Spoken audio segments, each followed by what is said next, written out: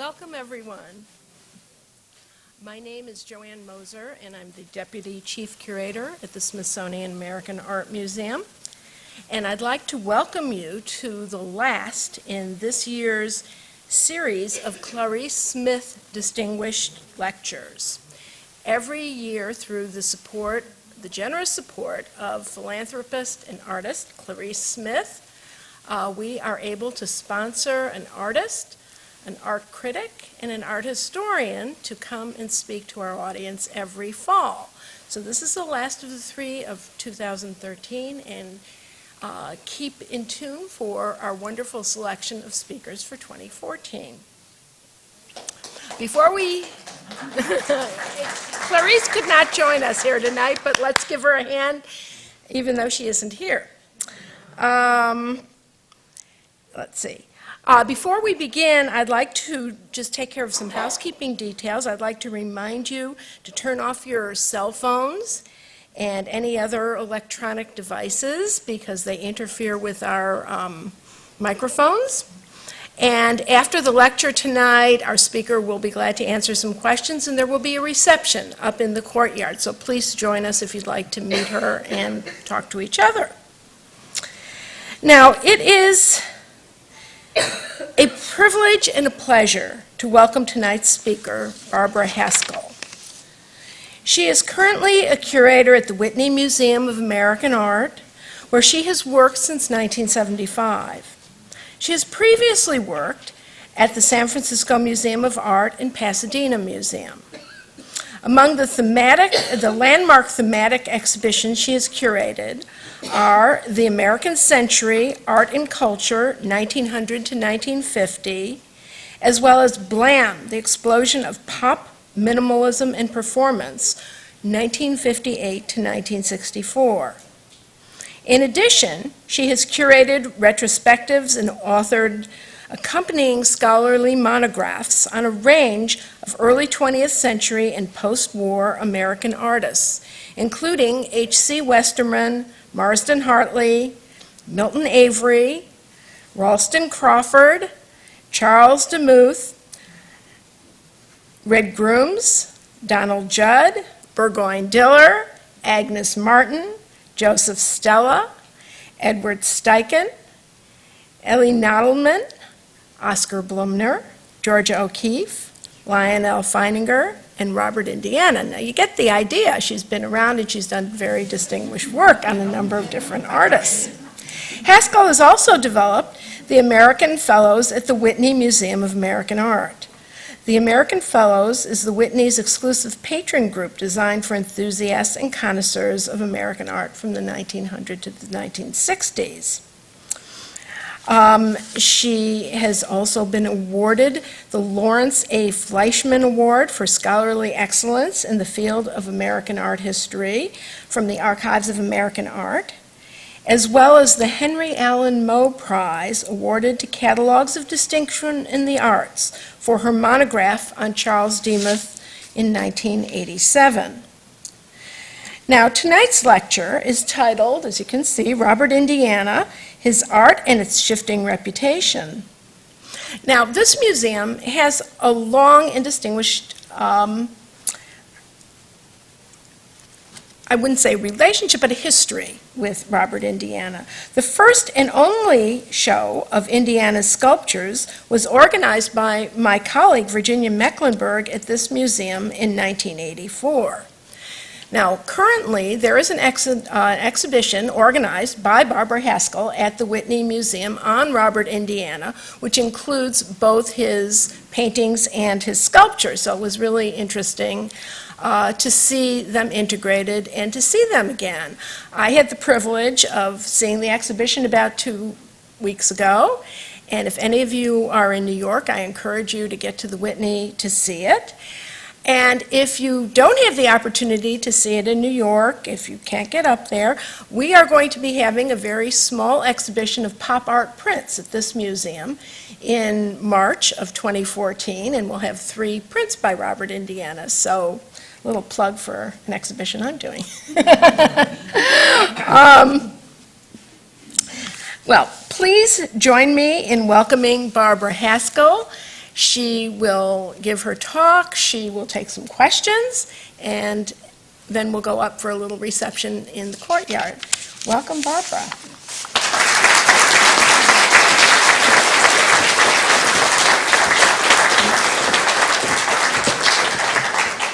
Thank you very much. It's a pleasure to be here to share Robert, Indiana with you. That he came, as you probably all know, he kind of rode to prominence on the wave of pop art that enveloped the art world in the 1960s. He, like colleagues Andy Warhol, Roy Lichtenstein, James Rosenquist, he drew on the vocabulary of advertising and consumer culture to transforming it into high art. And in Indiana's case, he specifically drew on highway signs and sort of roadside entertainments to really talk about, and use language, which was unusual in pop art, to embed not only autobiographical but cultural references in his work.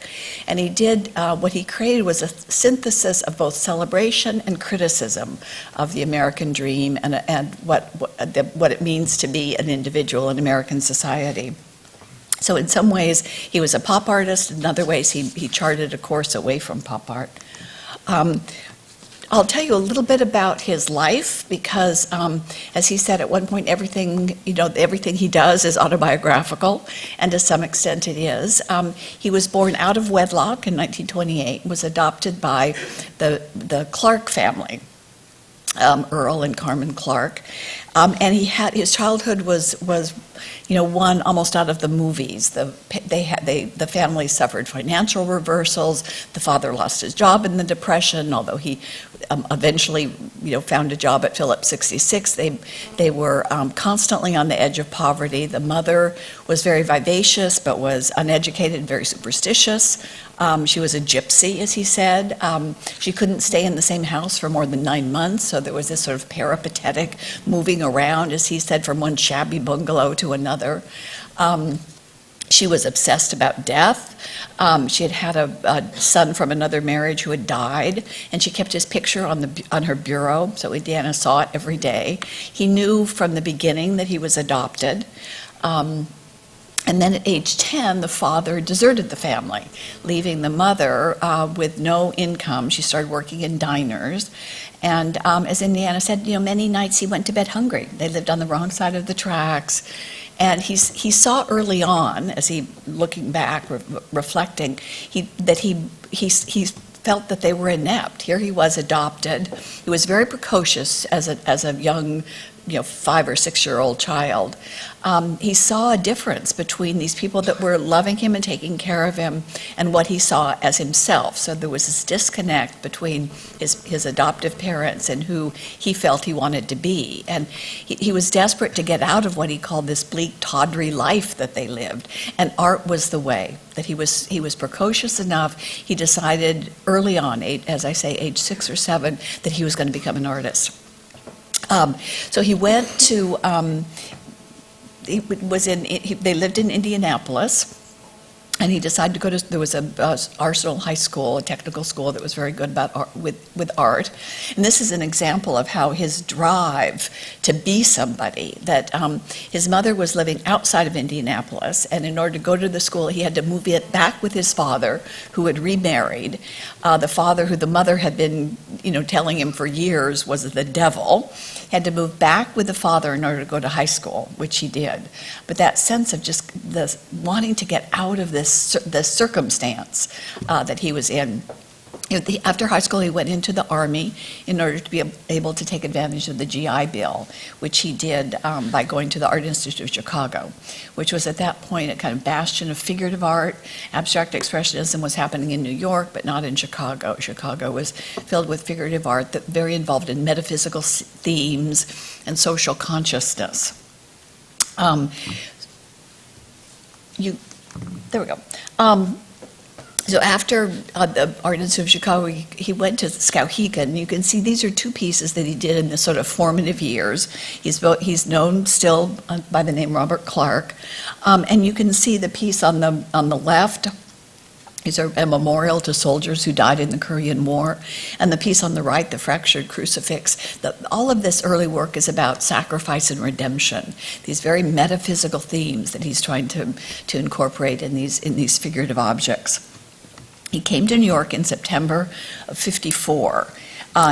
He worked in New York for about a year and a half doing work like this, which is influenced by Dubuffet. It mixes sand with paint, and as you can see on the piece on the right, there are these nails that he's pounded into these kind of Easter Island heads, these stoic, elongated black heads with these very menacing eyes that sort of staring into space. There's something quite riveting about the pieces in person.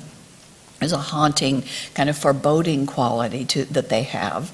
They remind one of Byzantine icons, which he kind of reinforced, a piece on the left, the gold background. And then just to clarify, in case there was any question about the menacing, foreboding quality, he applied the words many, many tekel, which come from the book of Daniel, where Daniel interpreted the handwriting on the wall, which was many, many tekel, to mean that Balthazar's kingdom had been weighed by God, numbered, and the kingdom was doomed. So this is gives you a sense of this sort of metaphysical spirit that he was that he was including in his art. Then his life changed in June of 1956. He was working in an art supply store, again very, very poor, working a couple of days a week for $20 an hour. And Ellsworth Kelly walked into the store. Kelly was already a successful artist. He'd been in Paris. He just had a successful show at the Betty Parsons Gallery. He was 5 years older than Indiana, and he was an artist. He was the first kind of real artist that Indiana had met. He walked into the store. They became friends almost immediately. They were both looking for lofts, different spaces to live, and Kelly told Indiana about this area in downtown Manhattan called Coiney's Slip, which was really it's kind of an enclave cut off from the rest of the city in lower Manhattan on the East River, separated by the city from the remnants of the elevated train. It was old warehouses. The slips had been where ships had come in the 19th century and unloaded cargo. So they'd been waterways that then had been filled over, made into concrete. They were just warehouses. It was illegal to live there, so it was very cheap. So he took a loft, Kelly took a loft several weeks later, and they became lovers. But the area attracted a lot of artists: Agnes Martin, Jack Youngerman, James Rosenquist, Jasper Johns lived around the corner, Robert Rauschenberg lived nearby, Charles Hinman. It was an enclave of people who worked against the grain of abstract expressionism, which was totally dominant in kind of uptown New York. On 8th Street. So here were these artists. They worked in geometric and biomorphic abstraction. And it was, Agnes Martin once said, it was like being in Taos. She would talk about going into the city, on 8th Street, and then come home. It was so refreshing and so peaceful. And as I say, they had no amenities, and so that also gave us this sense of camaraderie and community. They would shower at the Siebens Institute nearby, where, their dungarees, they were able to go in as if they were sailors. And they had potbelly stoves to keep them warm. So it was a real artist bohemian life, but a real community for Indiana. And at first he kept doing these heads, sort of with that same drive that had allowed him to live with his father in Indianapolis in order to go to school. He was sort of resistant to Kelly's influence. You can see here's a piece that Ellsworth Kelly was doing at the time, Atlantic, which is based, Kelly would abstract from observed reality, whether it was shadows or forms themselves. This is a piece based on the Brooklyn Bridge. And Agnes Martin, that's kind of a dark slide, but she was doing these circles, evenly deployed circles. So the sense of geometry and abstraction he was surrounded by it. And at first, as I said, he kind of resisted the influence of Kelly. But in 1958, he got a job at St. John the Divine, and one of his assignments was to proofread a book that Canon West was writing on the history of the cross. So that sort of keyed him into, again, this idea of sacrifice and redemption, the crucifixion. And he began working on a piece that he ultimately called Stavrosos, which is crucifixion in Greek. And he pieced together just a whole group of printers' paper that he found in his loft. He had no money for canvas or stretchers, so he used this paper and printer's ink. It took him an entire year to do it. And it's a crucifixion made out of abstract form. So you can kind of see Christ with his loincloth in the center and the crown of thorns on the top. The two thieves are on the right and left, one with a doubled avocado seed, and on the other side a doubled ginkgo, which was it's a leaf that grows in New York, a tree that grows in New York. I don't know whether it's here in DC. Oh, okay. And it has, so he this kind of doubled form. He's from the very beginning, you could tell from those figurative pieces that I showed you, the symbology is very important to him, and the circle was always a very key kind of image for him. He'd been raised in the Christian Science Church, and the idea of the circle as a symbol of eternal life, something that keeps coming up again and again in his work. So you have in this piece the 3 circles on the left of Christ, sort of suggesting the Trinity, and the 12 circles on the right suggesting the apostles. So he worked on this piece for an entire year, and at the end of the year, right before he was turning September, he was turning 30. He finished the piece, realized that it was a breakthrough, realized that he wanted to forget the life that he'd had as Robert Clark and start over again, in a sense, invent himself as a new persona, which is one can do in America. And he chose the name Indiana. So he became Robert Indiana. And in some ways, it was, as someone said, it was his first gesture as a pop artist. What's more pop than becoming Robert Indiana? But it also suggests this synthesis that exists throughout his life and throughout his art, this combination of celebration and criticism, alienation and commitment. So on one hand, he said, Indiana was where this tawdry, bleak childhood that he'd had, that he was so desperate to escape. And yet, on the other hand, he had these absolutely fond memories of the American Midwest. And he's a true Midwestern American. And everything in the work, there's a populist, quintessential American quality to it. And so his choosing the name Indiana was an affirmation of his heritage as an American, his identity as an American from the Midwest. So after this piece, after he becomes Robert Indiana, he moves a little bit more, as you can see, aggressively into geometric abstraction. He, still didn't have any money to paint. He didn't have money for canvas, so he worked on plywood, and you can see the 2 pieces on the left, using just white gesso and plywood. Ultimately, he began to add color, piece on the right, and to use triangles and kind of bent lines. So he was working on these pieces all through 1959, but very poor, without many materials to buy canvas or stretchers, without enough money. He quit his job at St. John the Divine, so he was really just living from hand to mouth.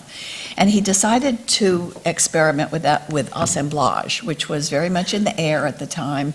It was a style that a number of artists chose to work in, because it too allowed people to get away from the kind of metaphysics of abstract expressionism and incorporate something real into their work by using real objects. It was a way to bring the everyday world into what they were doing. For Indiana, you can see in this piece, he essentially was just making the paintings that he'd made before, the geometric paintings, but he was making them out of materials. So the circles, the rectangles, these were images that he had previously painted. Now he's making them with actual materials. These 2 pieces, if you can imagine the piece on the left, initially they had no words. So this was just a piece of driftwood that he found on the street, and they were what luckily for him and for the other artists that were living downtown, Wall Street was moving east, and the buildings were being demolished. So the buildings around Kiwanis Slip were all in a state of you could just pick up these beams and bicycle wheels, and everything was just kind of lying on the street, the debris. So initially this work, as I say, was without the words, but had the bicycle wheels, which, as he said, was a reprise of the circle. So again, you have a rectangular painting with a number of circles in it. And by picking up the pieces of wood, he talked about rescuing them. and transforming them into art. He wrote, he's a wonderful writer, I should say, and very well read, sort of an autodidact, but extremely well read. People at the time said he probably was the most intelligent, well read artist during that period. So he wrote about having transformed the unwanted into the wanted and the unloved into the loved. And in a sense, so the rescue of these wooden pieces and things that he found around was very parallel to his own life. You know, he had, in a sense, rescued himself by becoming Indiana. He wanted to transform himself from the unwanted into the wanted. After experimenting with pieces like this for a while, he began to choose these beams that had been used in building the warehouses, and that now were just these lying on the ground. Again, keep in mind that initially these didn't have a lot of words in them. They reminded him of tombstones. They were some of them were the size of tombstones. They also reminded him of something called herme, which were boundary markers in ancient Greek that kind of showed the distances between cities, and they were sort of protections in ancient Greek. They were absolutely without decoration. They were just rectangular slabs, mainly out of marble, but they had the head of Hermes on the top, Hermes being the kind of god of transition. And they often had a penis, which the Greeks associated with, averting evil. And actually, one of the stories in Thucydides, apparently when the Athenians were going to go to war with the Spartans, they almost didn't, because they woke up the morning they were going to go to battle, and the penises had been chopped off of all these hermae around the city, and they thought it was a bad omen, and almost didn't, as I say, didn't go to war. So these pieces reminded Indiana of hermae, and he began to work with that idea. So on many of them, he would put wheels on the side to suggest the winged sandals of Hermes. He began to incorporate more anthropomorphic elements, so that you often would have paired circles that would sort of suggest eyes. So there was this anthropomorphic quality. And then he began to, as you can see, attach pegs in the lower register, and he actually called them phallic sentinels. They had a very anthropomorphic quality to them, and in the gallery now, they really do feel like sentinels, kind of watching over the paintings that he's done. The sexual connotations, he was always, Indiana sort of playfully introduced ideas about sexuality, so that these construction beams in and of themselves had sort of sexual illusions, so that the form at the upper top is called a tenon, and it was used by earlier carpenters to put into what's called a mortice, and before nails, that's how buildings were constructed. So the fact that these beams had both the holes that these tenons were would go in, would connect to, as well as the tenons themselves, the pieces became sort of both male and female in a way.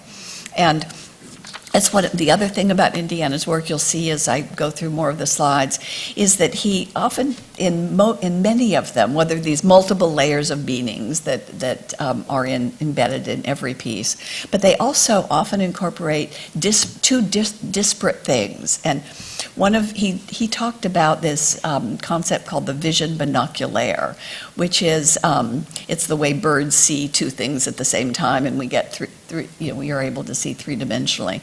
But it was used in a novelist, Cyril Connolly, who talked about the holy both. And that's when there are two things, two kind of disparate entities that come together in a single unit, but maintain the separateness of their two distinct characteristics. So in this case, a piece can be both male and female, that it can combine two different things. The early pieces, I told you to forget that the first ones were colored, which is hard to do, but the first pieces were just wood and white gesso, and he began to add circles and stars.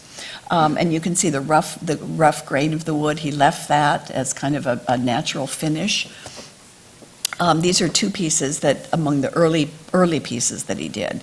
Martha Jackson, who was a very important gallery at that point in New York, in June 1960 had a show called New Forms, New Media, which is a kind of landmark show in the 60s. It brought together a lot of the artists who were working with assemblage. Indiana was in that show with Moon, which was later, soon after, actually purchased by the Museum of Modern Art and included in their Art of Assemblage show. But at some point, he began to think that they needed something, that these pieces were a little bit empty. They needed something else, some other kind of decoration. And he had found stencils, brass stencils, in the lofts of Cohen Islip. The stencils had been used to label the crates that were put on the ships. So they had this history, again, the history of the neighborhood. These wooden beams were sort of indicative of the area's history, and these stencils were like found images. It wasn't as if he went out and bought them.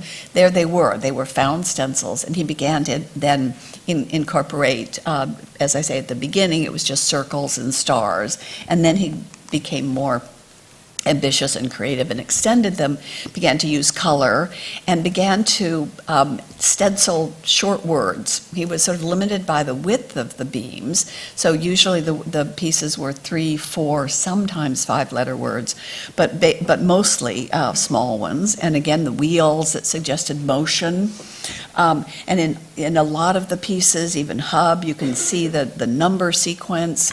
There's a sense of constant motion in Indiana's work that doesn't get anywhere. So the idea of his going around with his parents, and he said that he spent half of his childhood in the automobile as they went from one, as he said, grubby roadside cafe to another in their search to ignore the meaninglessness of their lives. But so this sense of going, and the moving all the time. I don't think I said, but he moved 21 times before he was 17. So this sense of uprootedness that just characterizes his life. And you can see it in the work. There's a kind of frantic sense of motion, but it doesn't go anywhere. And he often will use the numbers. Hub is a great example. When he uses numbers, it's often in a sequence of 1 to 0, which, again, the circle, the 0 being the symbol of eternal life, there's a sense of repetition. It isn't as if it starts at 0 and ends at 9. There's nothing ending. It just goes and goes and goes. Here are two pieces that have, very concrete anthropomorphic references: Ahab from Moby Dick and Chief from the Henry Wadsworth Longfellow's Song of Hiawatha. And these pieces have the immediacy of signs. Words, as he said, he understood very early that words are sort of indicative of modern life. He said, there are more words in New York, more signs in New York than there are trees, that we're surrounded by words, and that they're, French poet Apollinaire said, words are soaked in humanity. They're things we all can relate to, and sort of inject our own experiences and associations with words. They're abstract concepts, but we all have some relationship to them. And the other thing about the pieces is that they have this quality of folk art. So there's a kind of this Americana quality that the raw beams, the 5-pointed stars, it sort of suggests the Midwest and this sense of his identity as an American, which was so strong. Very unlike any of the other assemblage work that's being done, which mostly was cubist, assembling parts in a kind of cubistic format. His are much more, in a way, suggestive of what happens with minimalism. These are monolithic, symmetrical pieces that really sort of suggest a pathway out of abstract expressionism that was done by the minimalist sculptors. So then, having introduced words into the herms, as he called his pieces, he decided to go back to the abstract paintings that he had done and introduce words into them. So if you could imagine these two pieces without words, that's how they were initially. They were like those circles and geometric abstract work that he was doing in 1959. But having done the herms, stenciled words onto the herms. He then went into these two pieces and decided to add words to them. So the first one, American Sweetheart, was the first one he did, and he again was restricted by the size of the circle. So it's like an inventory of American female names: May, Ida, Flo, Sue, Ann, Nan, etc. Then he found one stencil that was circular. It was from the American Hay Company, but that part is not so essential. What's essential, it was a circular format. And he realized that that would allow him to include words that were more than 3 or 4 letters and to begin to add more complicated sentences. So the words were still simple, still declarative, but they could communicate much more complicated ideas because he could put them together in phrases. So the piece on the left, the slips, is again just an inventory. It's an inventory of the other slips that surrounded Cohen's slip. Those are all places, so it's like an homage to his neighborhood. But then he started to move into pieces, to other works that he'd done and to add words to them. And both these pieces are sort of indicative of this multi-layered cultural and autobiographical references that he puts into the work. So I'll describe the Sweet Mystery first. It's really it's a painting about love. The Sweet Mystery is from a Herbert operetta, the Naughty Marietta, and the Sweet Mystery is a song about the pain and longing of love. So this is a kind of his first sort of articulation or announcement of a theme that would both identify him and haunt him throughout his life. So the Sweet Mystery, and he writes about the piece. He talks about, this is the ginkgo, a doubled ginkgo again, and he writes about how he identifies the ginkgo with Kelly.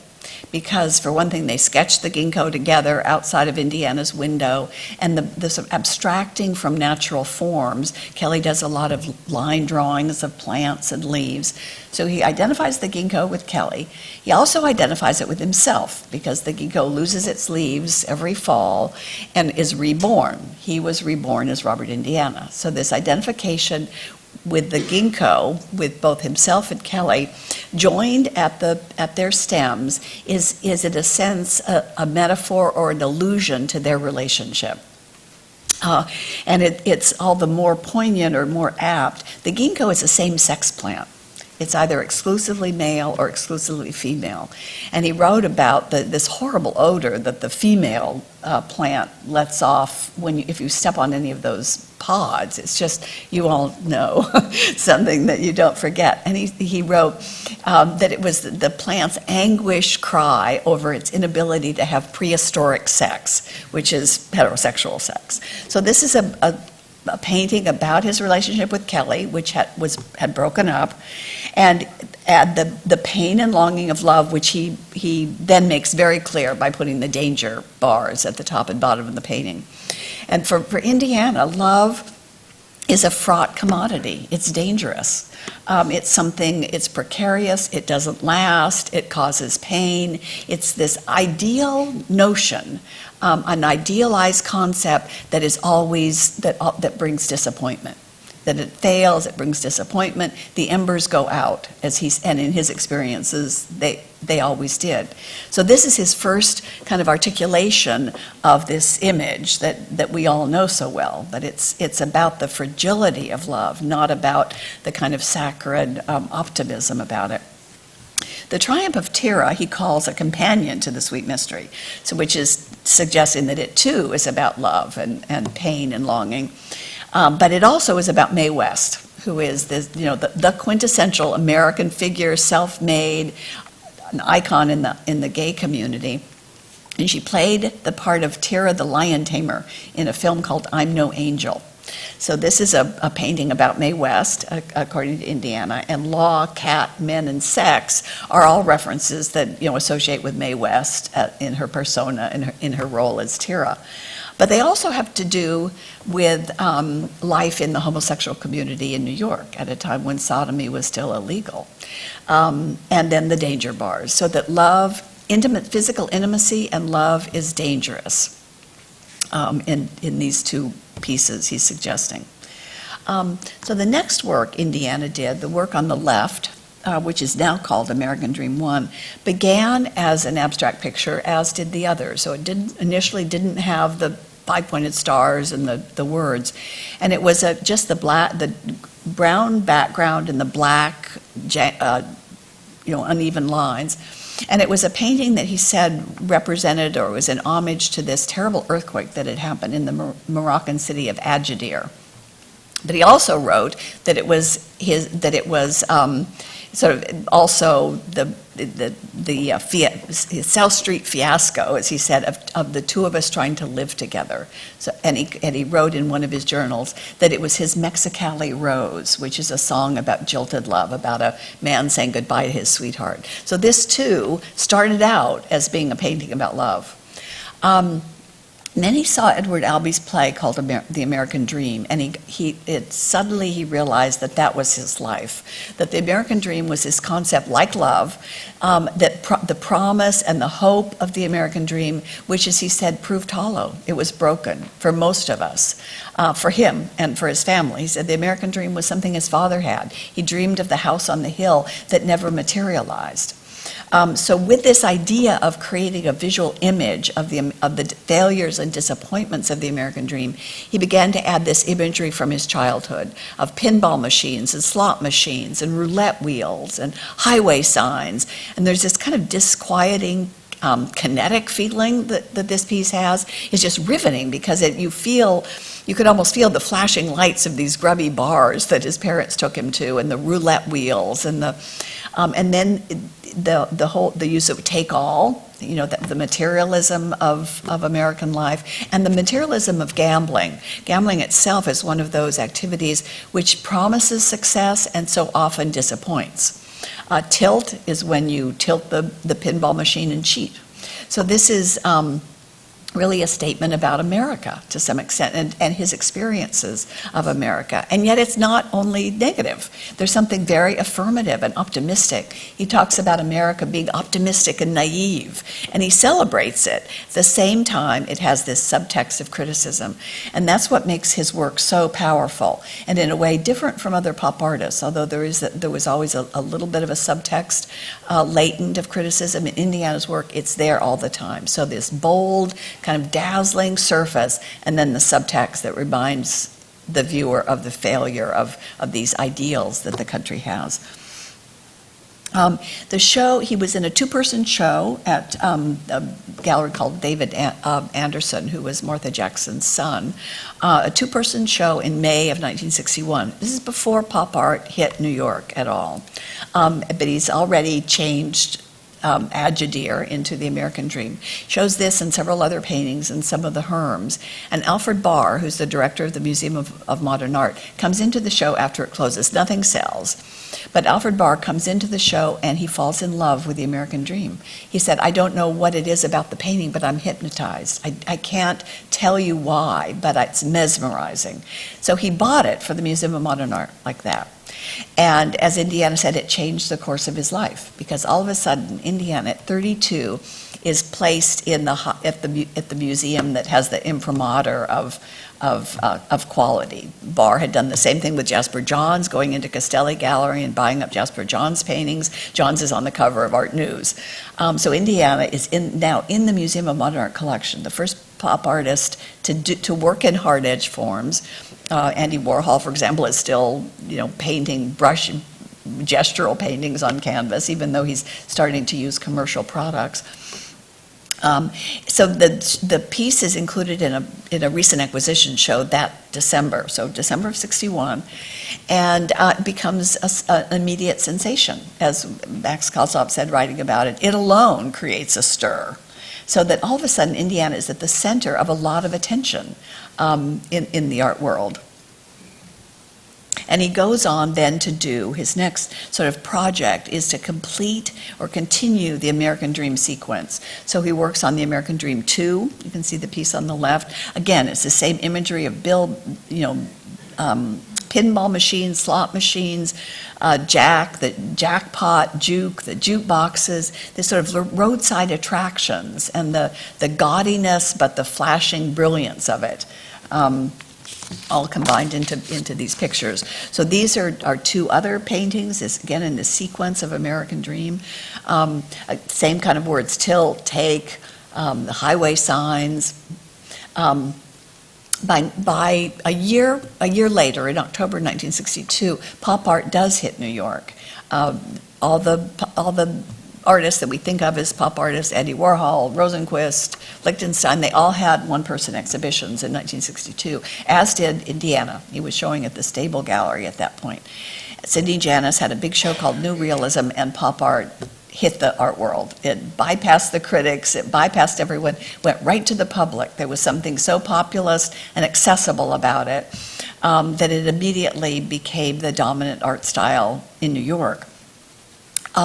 Indiana he rode that crest. He was always associated with the pop artists, but as he said, he was the least pop of pop.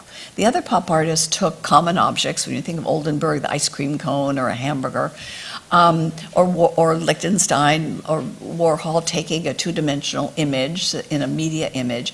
Indiana doesn't do that. He's creating a different kind of pop art. It's accessible, it's quintessentially American, and it suggests vernacular America, but it doesn't actually copy vernacular America. It doesn't use the imagery. What it does is it does use hard-edged forms in this bold, saturated color. And for Indiana, it's American. He said about bold color and these hard-edged forms, how much more American can a technique be? And he wanted to be he talked about that he wanted to create this American style, but he was always a little bit on the outskirts of pop. He never was quite, as I say, he never used the imagery that the other pop artists used. But he did, so he's continuing his American dreams, and he gets to the fifth American dream, and you'll all recognize the figure 5 from this museum. But the original articulation or announcement of this theme, the American Dream 5, also called the Demuth American Dream, because the other thing that Indiana does that no other pop artist or any artist from that generation does is he identifies himself with earlier American writers and painters. So he sees himself in a tradition of these kind of quintessential American modernists. So the Demuth Dream takes its image from a painting that Charles Demuth, the American modernist, did. It was an abstract portrait of William Carlos Williams, who had written a poem called "The Figure 5 in Gold." The Figure 5. Demuth did his painting called "I Saw the Figure 5 in Gold," and it's in William Carlos Williams's poem. It's about a fire truck that's going down the street with a 5 on the back. So if you can look at the center section, that's very much like Charles Demuth's poem. It has the word Carlo, CD, art company, WCW, Bill. Those are all references to, kind of abstract references to create this portrait of William Carlos Williams and his poem. So Indiana did the same thing and began then to introduce into this image his own iconography and themes. So 1928 was when when Demuth made his painting. 1963 was when Indiana made his painting. And Indiana is also very involved in kind of numerological coincidences. When he was at Coenislip, they cast fortunes by casting the coins of the I Ching. And he loves playing around with kind of numerological, as I say, coincidences. So, for example, as he writes, he wrote a long text about this piece.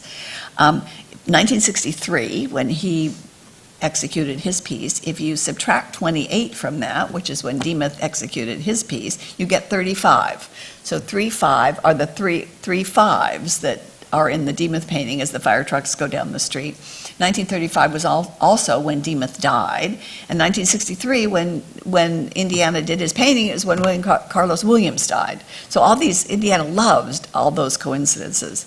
But the main thing about the painting is that it refers again to the crucifixion.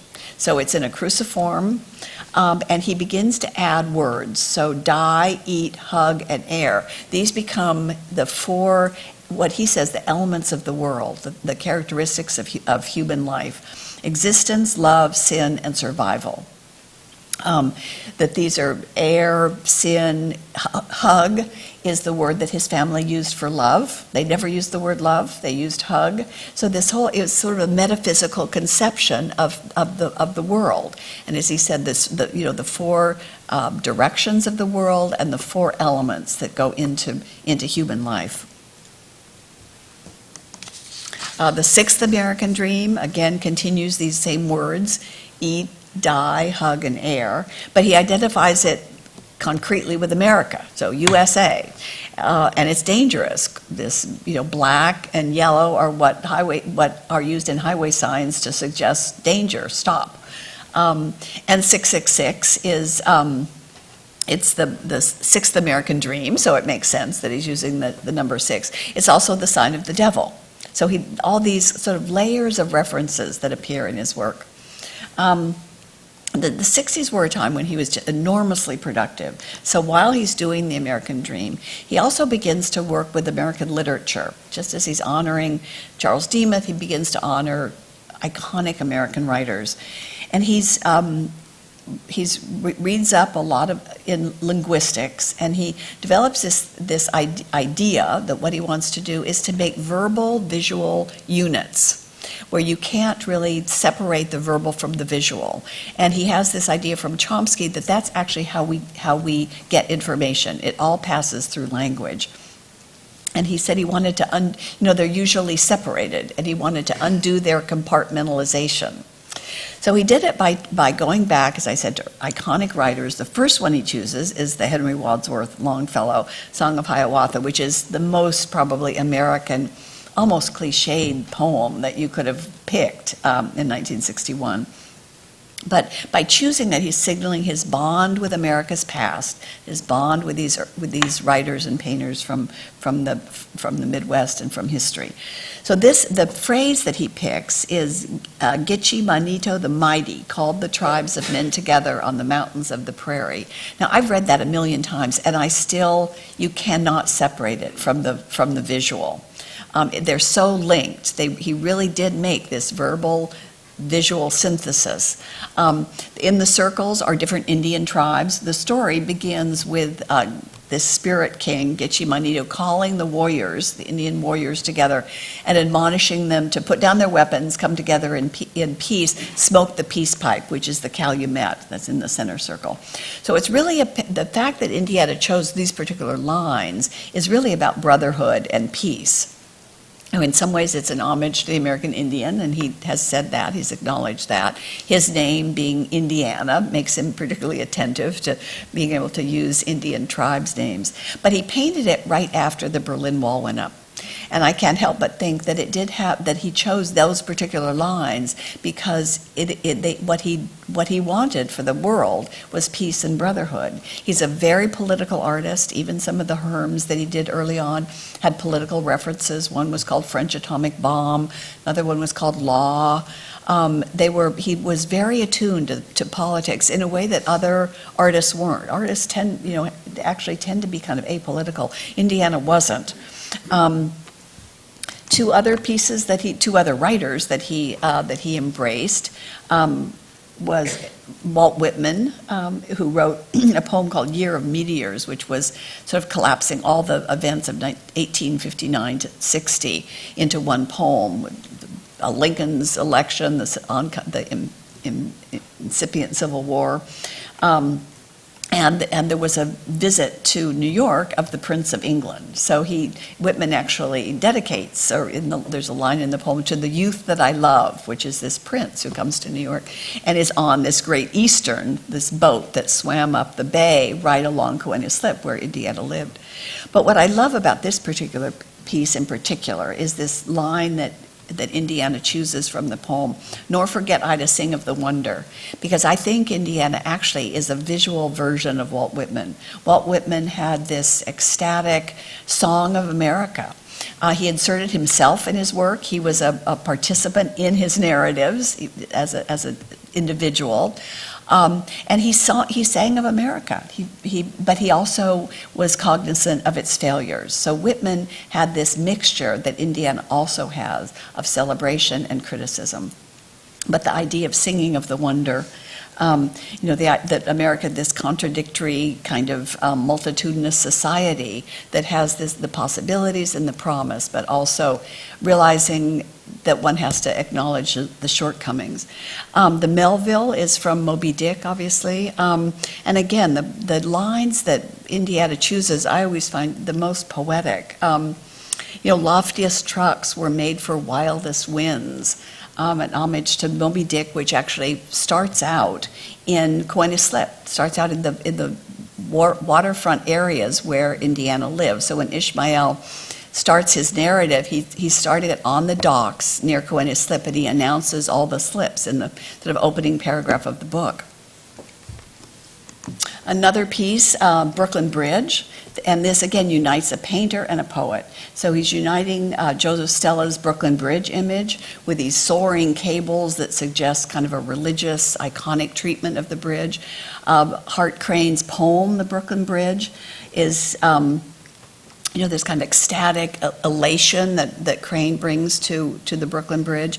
They both treat the Brooklyn Bridge as potentially transcendent, but they also are in their work, they're very aware of the dark side of industry. So while they're using it as a symbol of promise, they also are, when you think about Stella's, those dark reds, and Stella says that, that industry is a new god, more monstrous and evil than the old one. And Hart Crane also treats the Brooklyn Bridge as this transcendent force, but with a much darker side. And the fact that Crane committed suicide right after writing the poem also gives his poem of the Brooklyn Bridge a kind of ominous quality, which Indiana has recognized. So there are these soaring lines of Crane and the cables of the bridge going up to suggest this transcendence. But the color palette is this gray, grisaille, darks to suggest that, to again incorporate this notion of the duality, the promise and the failure, the alienation and the embrace, suggesting loss. These two are the one on the left is among my favorites. God is a lily of the valley. It's an evangelical song that Indiana heard on the radio. But I love, he can do everything but fail. He is a king. He's a ruby. There's something that captures the innocence and naivete and optimism of America in this particular piece. But at the same time, the very same year, Indiana creates a piece called the Rebecca, which is a slave ship that leaves slaves in Cuba, comes to Slip, and reloads provisions before going back to Africa. So on one hand, this celebration of America, on the other, acknowledging the darker side of American history. In the same period of time, as I said, Indiana is just this workforce. He's producing so many different kinds of things. And one of the things he does are these tiny little paintings that have one word on them. They're like 12 inches, so they almost have the intimacy of books. You have to get up very close, and there's a sense of reading. And he's trying to experiment with this idea of the visual-verbal unit, the synthesis of two things that merge in the mind as one unit. And as in much of Indiana's work, they're puzzles. They're like, labyrinths that he creates. And the audience is immediately engaged in trying to figure out what the puzzle means. And they're almost like koans, Zen Buddhist koans, where you can kind of meditate on what does hug, what are those two coordinates, how do they come together? And don't forget, hug was the word that his parents used for love. After he did a series of these small pictures, he then moved on to more kind of emotionally charged words. So he took out the eat, die word that had been in the Demuth American Dream 5, and he used it just in its simple declarative kind of brilliance. In some ways, this piece doesn't need any interpretation. It's about human life, and it's something so direct and so immediate that everyone can get it. But at the colors, three dominant colors, red, white, and black. At the same time, it feeds into Indiana's idea about affection and human fragility and forgiveness.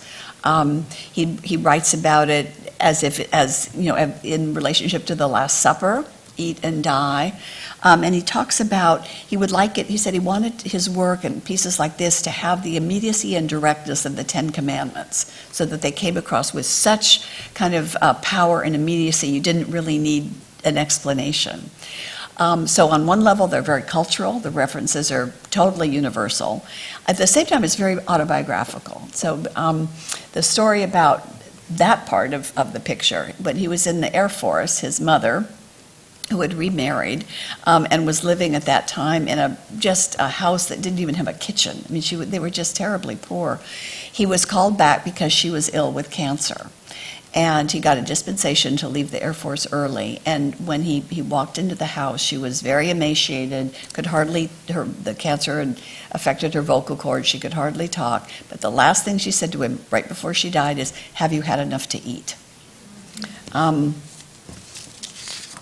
So this diptych, here's another diptych, again, and now these bright optical colors that just, again, have this power and opticality. That's one of the things about Indiana's work. On one hand, he's a pop artist, but the colors are often so highly saturated and complementary that they have almost a visual flutter when they come together. That's very much like op art. So this is a piece that just, in person, this is, 2 panels, each 60 by 60. It's a huge piece. It just has, as I say, the immediacy and the directness. He's right, of the Ten Commandments.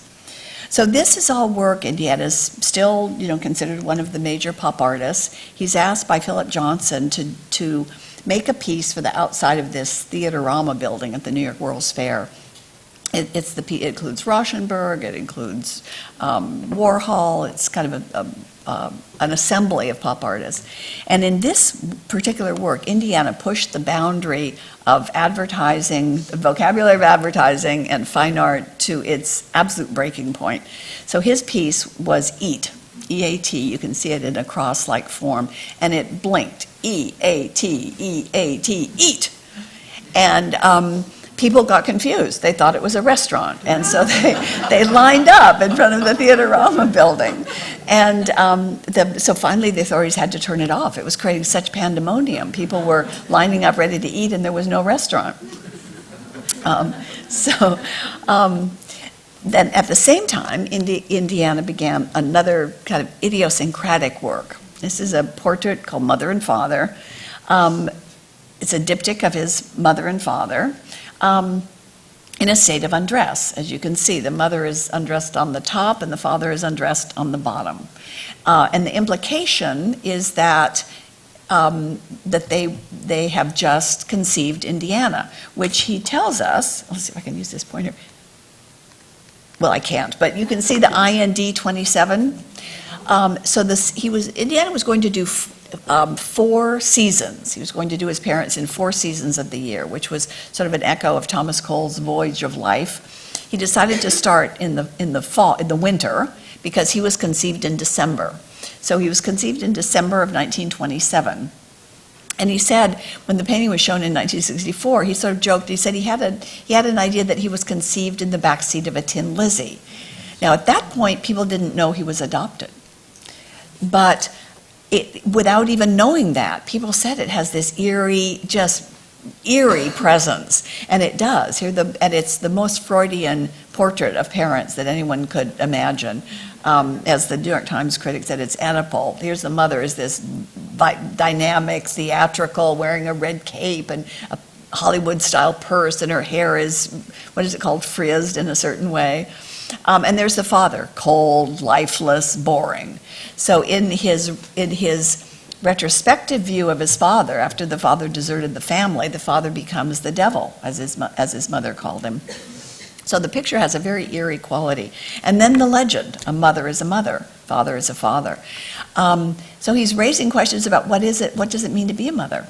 What does it mean to be a father? Is it biological? Is it something else? What does that word mean? What do those words mean? How do they attach to people?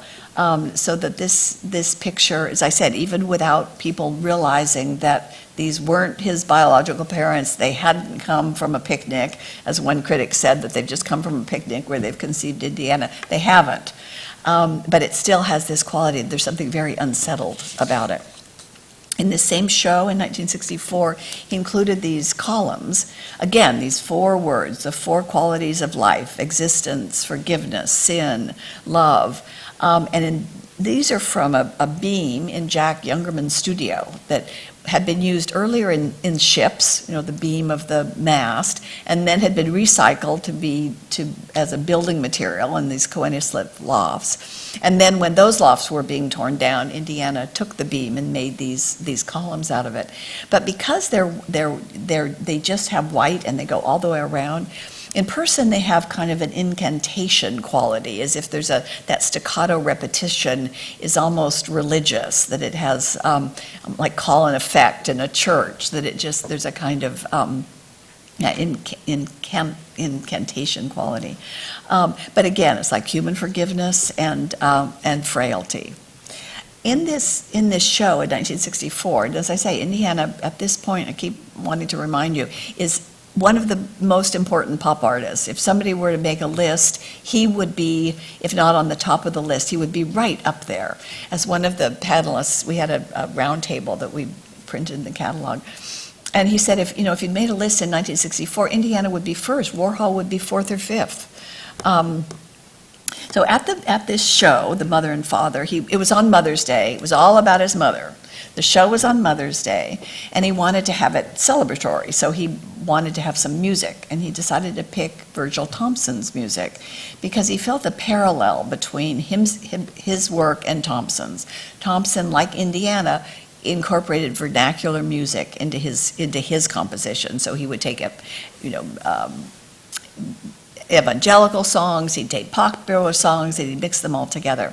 So he invited Virgil Thomson to come to the opening. They got acquainted, and Thomson then commissioned Indiana to do the costumes for a play, The Mother of Us All, that Virgil Thomson had written the music for. It was a Gertrude Stein play, so it was a Stein-Thomson collaboration. And Indiana did the costumes, did the initial sketches for it, and that was at UCLA. It ended up not really taking place as a costumed opera. But then in 1966, the next year at the Tyrone Guthrie Theater in Minneapolis, he did the costumes. And what he did, as you can see, there were 32 characters. It was in an amphitheater, a round theater, and it was very confusing for the audience who was who. So he helped the audience by putting these sashes with the character's name on them, but at the same time it added into that opera the dominant characteristic of his own art, which is words. And for Indiana, it was he called it the Circus of Americana, because it incorporated, The Mother of Us All was about Susan B. Anthony and the women's right to vote, but it incorporated real people from history, Daniel Webster, Susan B. Anthony, U.S. Grant, Gertrude Stein, along with fictional characters. And that's what Indiana's work does, incorporating the public and the private. And its lead character was Indiana Elliott. You can see her on the lower right. So it was something that Indiana he felt he couldn't refuse. But it took him a while. This was an activity that took his attention for a while. So that was in 1966, and then at the Centennial in 1976, the Santa Fe Opera went back to Indiana and asked him to do a bigger production. At the Tyrone Guthrie Theater, the other thing that he added into the mix was an automobile. He said it's done more for America and for the boat than any other thing one could imagine. So the automobile became a prop, but it also was very convenient because it could move performers around the stage, which otherwise they were getting in each other's way because it was a circle form.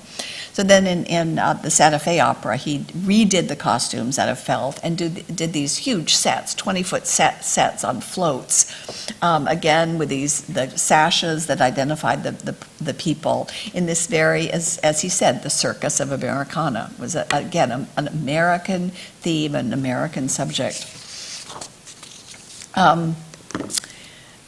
So while he's 1964, he shows The Mother and Father, he has a show at the Stable Gallery, but 1964 is also the first sort of articulation of this theme that will haunt him for the rest of his life, love. He had done it earlier on the piece on the right, 4-star love, which is again sort of the simplicity of there are 4 stars and it's love, but it also 4 stars is like the rating system. So love is a 4-star idea.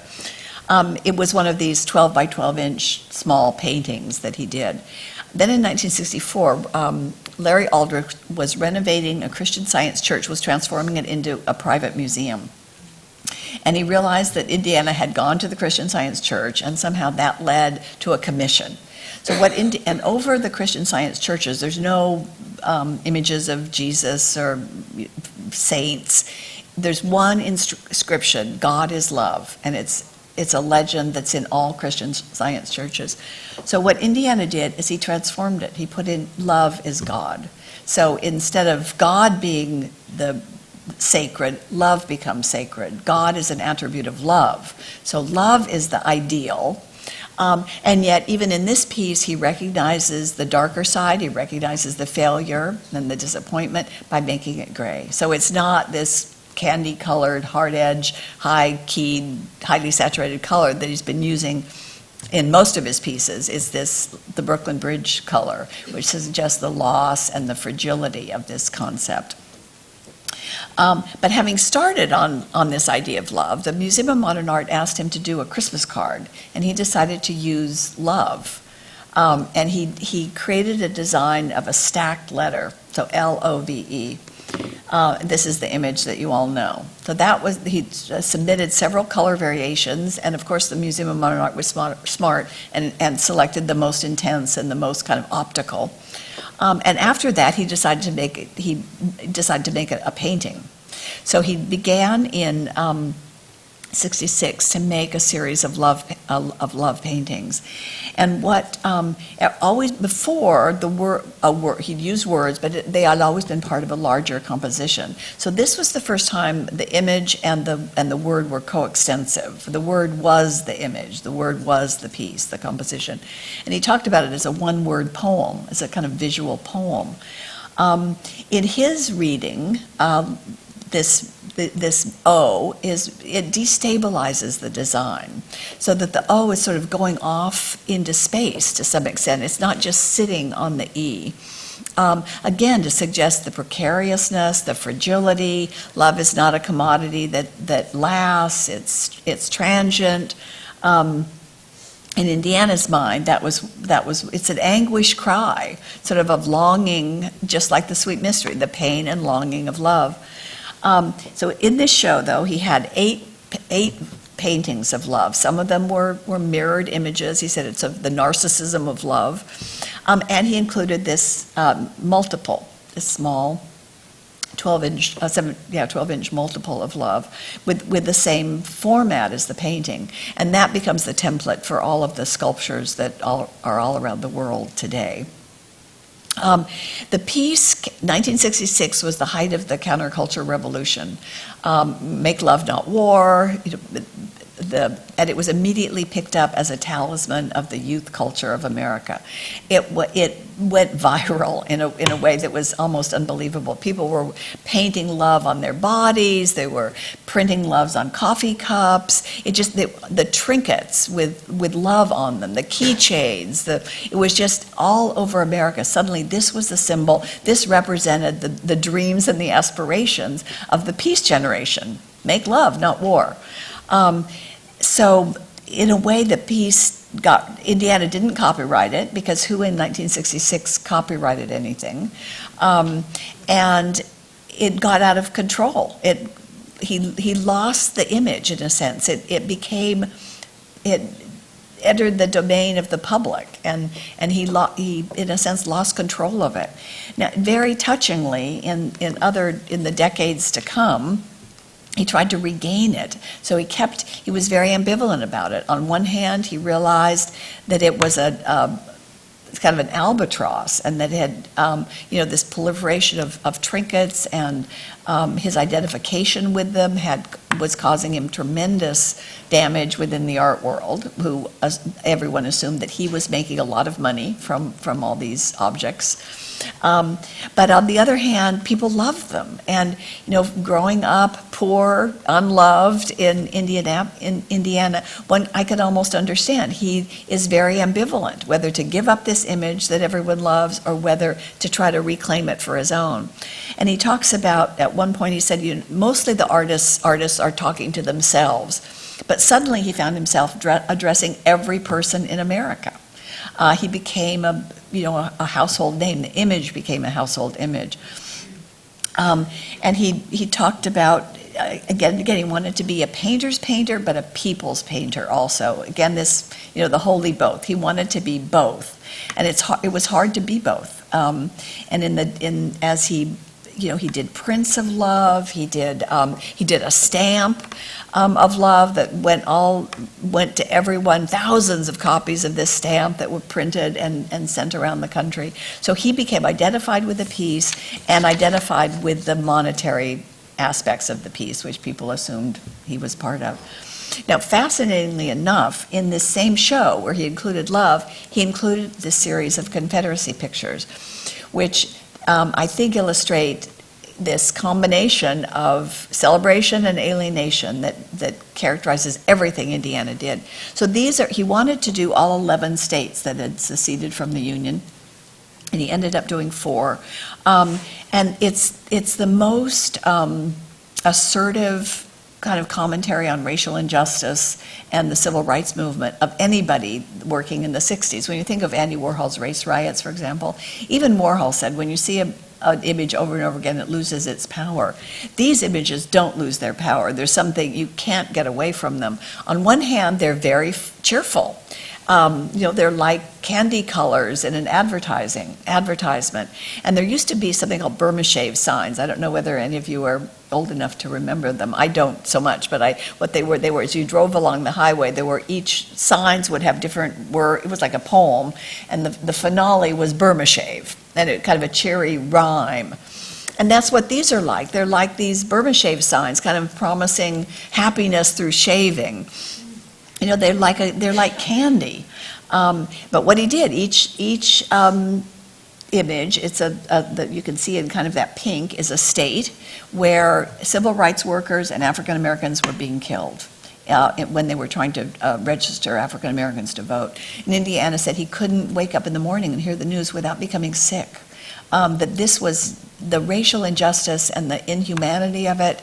And so he made these pictures, and if the legend is, as I say, there's no ambiguity. He's not messing around. It's not like any of the other artists. Just as in the anatomy of every nation, just as in the anatomy of man, every nation must have its hind part. So this is a total indictment of the South and the secession. He said that the states were willing to secede from the Union in order to perpetuate slavery. And he called these paintings a moral cry against the danger of unrecognized narrowness. So he's pointing out something so fundamental about this dark side of America, just like the God is a lily of the valley and the Rebecca ship, that there's the positive aspirations, joys, and promise of America, and yet there's this other side of the nation that needs to be recognized as well. And I also I'm holding you up. I just looked at my clock, so I'll run very fast now through the rest. But the other thing that I find interesting, again, this kind of dichotomy, these layers of meanings. So in Mississippi, there's a city called Philadelphia. But I don't think it's a coincidence that Indiana chose that city to indicate on his map, because Philadelphia is the city of brotherly love. The same thing in Louisiana, the fair city. Bogalusa, the fair city. Here's this city that projects itself, advertises itself as fair, the city of brotherly love. After this show in 1966, Indiana becomes very successful in Europe. America begins to associate him with love, but in Europe he's seen as the quintessential American artist, more than almost anyone else. Other artists are taking comic strips or media images, but he seems to be so American, and he represents the good and the bad of America. I think that in Europe they see him as representing the dual aspects of the country. He has shows all over. He's asked to install pieces in big group shows. So he's very busy after this 1966 show. He does do a few pieces and introduce a few other images. This Metamorphosis of Norma Jean Mortensen, obviously Marilyn Monroe, comes out of Sidney Janis did an exhibition on Marilyn Monroe. And Marilyn Monroe is like Mae West. She's a quintessential American. She made a persona like Robert Indiana. She made herself, and she also is a gay icon. But she's an American Bloom, as he said. He also made a piece called Art, a sculpture called Art, which was like love. It was the image and the word were coextensive. There was no space around the piece. It was just the letters that made up the word art. And he began a series of what he called autoportraits, self-portraits. They existed in 3 different sizes, and each one represented 1 year of his life in the 1960s. So this is one example. It's the first from this larger size, one being the self-portrait, the eye of the artist. He started it in 1972 at USA, Indiana. South Ferry was near Coenus Slip. Chicago was where he went to school. 61, that's the year that he's documenting in this painting. And Barr is a shortened version of Alfred Barr, who, as he said, launched his career. In 1972, so this is 6 years after the Love Show, the Stable Gallery has closed, and he hasn't shown in New York in that period of time. He's been very active in Europe, but almost invisible in America. Denise Renee, a French gallery, opens a outlet in New York, and Indiana has a show in 1972. And the big autoportraits aren't finished, so I think Denise Renee thought she was going to, feature them and announce this new body of work. They weren't finished. So what Indiana put in the show was a sculpture of art, a sculpture of love, and a number of love paintings as a way, as I said, a kind of naive, desperate move to try to reclaim this image, and yet also we have to recognize he was ambivalent. He's one of the pieces, the big Corten version, opened in New York City. It went around the country and was in New York City in 1971. He was surrounded by fans during the installation. He said it was the happiest day of his life. So on one hand, the adulation that came from love, but also, he recognized the downside, but he just kept doing them. So at that show, 1972, the art world, by that time, the country had changed. There was no more, let's make love, not war. Vietnam had gone totally sour. The anti-war movement was getting more agitated and aggressive. Martin Luther King had been shot, Robert Kennedy had been shot. The country's mood was very different. And the idea of representing love as a talisman of a generation didn't work. The critics were just criticized the show mercilessly. John Kennedy, who was the kind of conservative critic at the New York Times, and again, assuming that Indiana had made all this money from love, said all Indiana needed was another image, money. So everyone assumed that he was getting wealthy from this image. In 1975, he had another show at Denise Renee. No one even reviewed it. So he was ostracized from the art world. He was a difficult character. There's that part of it too. He hung out with kind of, there's a homosexual culture of sort of bad types. One of his lovers was murdered. He had started to go to an island off the coast of Maine called Vinyl Haven. He started to go there in 1969 and had started to rent a floor in this building called the Star of Hope. He loved the building. It was an Oddfellows Lodge, a former Oddfellows Lodge, 4 stories on the main street of this tiny fishing village. It was the most Americana building you could ever find. It had 5 pointed stars above the door. It was all about mysticism and numerology. To be an Oddfellow, I guess you had to, say a coded word to get in, and there were handshakes that were, would reveal that you were a member of the Oddfellows. The whole place was this sort of mausoleum to Americana, and he loved it. It also was the kind of 19th century home that Carmen had always wanted to live in. So this artist who had been rootless, who at one point he touchingly said, "I never had a home." So here's this Oddfellows lodge. He begins renting it in 1969, and then he buys it in 1977 and moves. So in 1978, he moves to Vinalhaven, moves out of New York, takes all his belongings, moves everything into this very, it's an environment. He buys an environment for himself. And even the Star of Hope, even the name, it sort of suggests the optimism of America. But even he admitted this was a self-imposed exile. It was a tiny fishing village. It swelled in the summer with wealthy people from around the country. In the winter, it had a population less than 1,000 of fishermen, very simple people. Here he was an artist, which was already difficult to contend with, openly gay in a fishing village. The people didn't like him. The place was vandalized. He was the source of sexual impropriety accusations. The natives of Vinalhaven in Indiana didn't get along.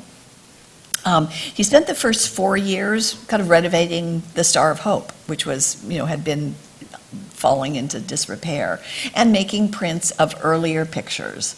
So the first 4 years at Vinalhaven were kind of a holding pattern for him.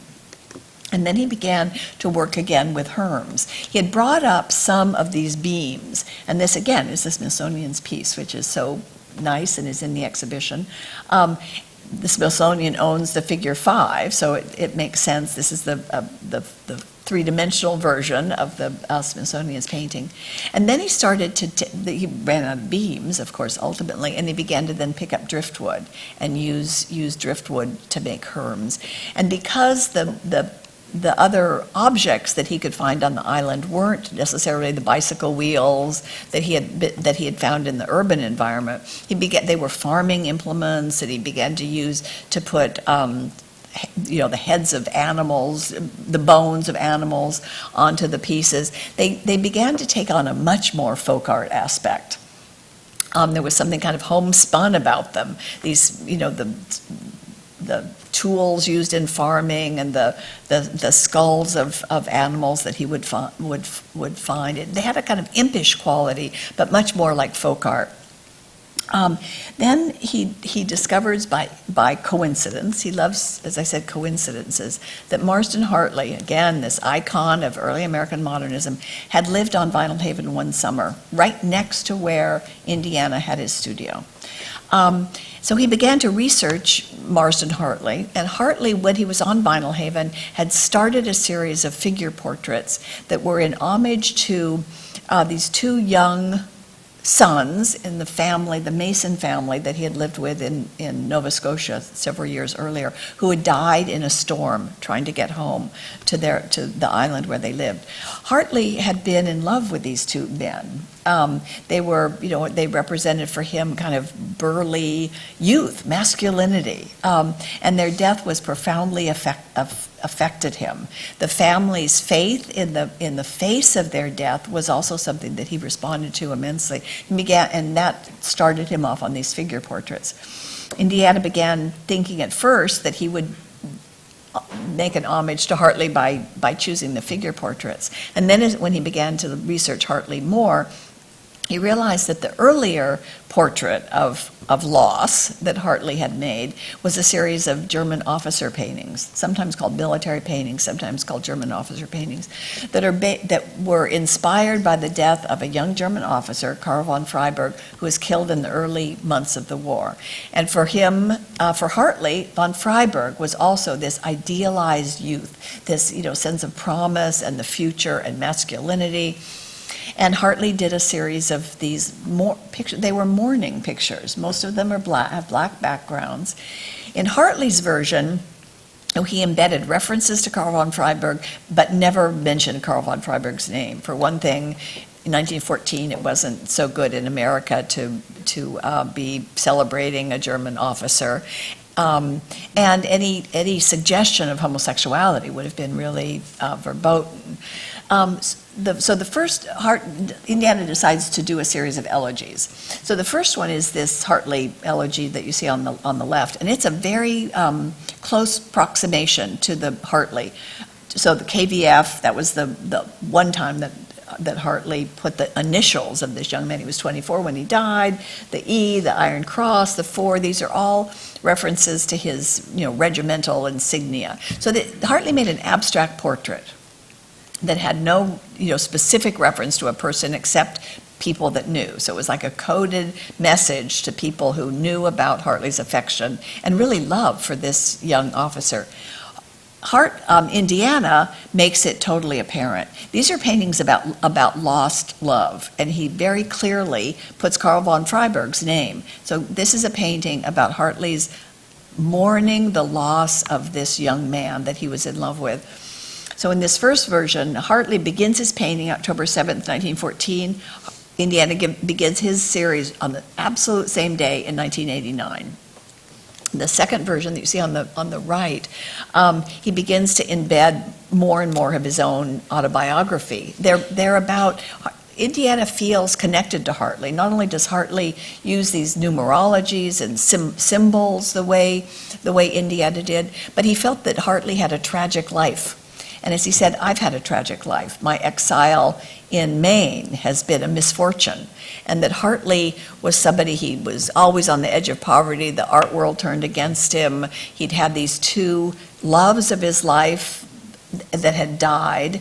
And Indiana felt for this artist who had lived on Vinyl Haven and who the residents didn't like.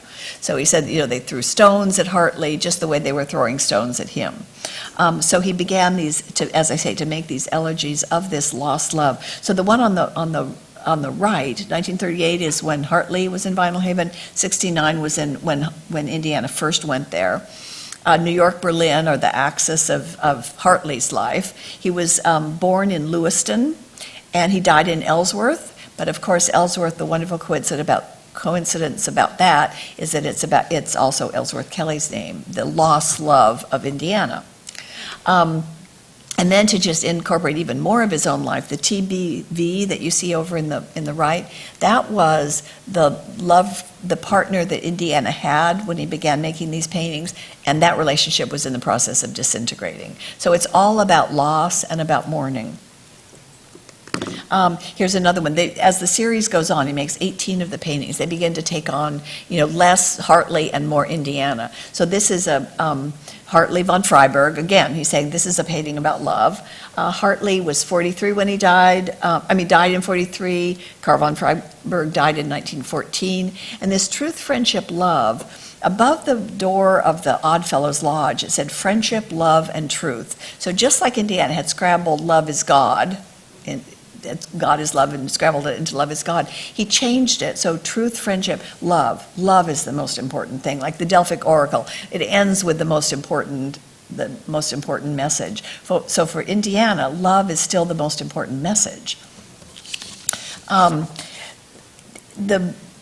The last group of work, the last series of work that Indiana did that I think is really significant, and I show it to you because it brings out this political instinct that Indiana has throughout his life. He was in New York on September 11th. He saw the World Trade Center towers come down. He went back to Vinyl Haven, and he began a series of peace paintings. So in a way, this is like the Song of Hiawatha. It's about brotherhood and about peace. These are the peace symbols.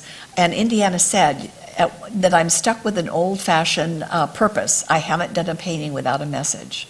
So throughout his career, as other artists moved away from any kind of political involvement, when you think about Warhol, James Rosenquist, none of the other artists, even though they dallied in political imagery in the early part of their career, they moved on very quickly. Whereas Indiana actually comes back, and he's motivated by things that make a difference in culture. So this was a cultural moment that he felt he needed to make a statement about. It was just like forgiveness and sin. This is something the essential part of life. He's in on Vinyl Haven. I think what has happened now, that time has been on Indiana's side. In a way, he's been totally forgotten by the New York art world to some extent, who has the hubris to think that they're the center of the art world everywhere. But time's been on his side.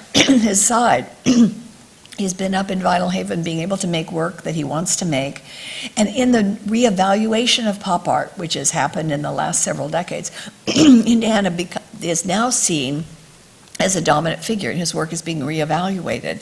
And the sort of embedding of the enlisting of language to embed autobiographical and cultural references is now seen as something very distinctive and as a precedent for these younger text-based artists that are proliferating today. The insight, this combination of stating about the failures and disappointments and the promise and hope of America that he's able to combine in every single painting, and love too now in the face of this reappraisal of pop art and of Indiana. Love is being seen differently. It's now being seen in the context of this other work, so that it's that in a way he's taken an abused, sentimental, cliched word, and he's given it a resonance. And despite its proliferation, people still stand in front of the Love sculpture on 6th Avenue in New York City and get their photograph taken. That it is a word, it's a piece that allows every viewer to impose their own experiences and their own associations. It's been resilient. It has lasted through everyone's criticism, and it's come out as a piece that still has power for people. And he's also, I think, Indiana has been kind of prescient too in resisting the elitist conflation of quality and scarcity. The idea that an artwork has to be scarce in order to be good is something now that younger artists have totally thrown out the window, and Indiana was a force in that. He sort of set the tone. So as we look back on Indiana, I think we see an artist that's very complicated, very layered in his references, very populist and very quintessentially American. So thank you.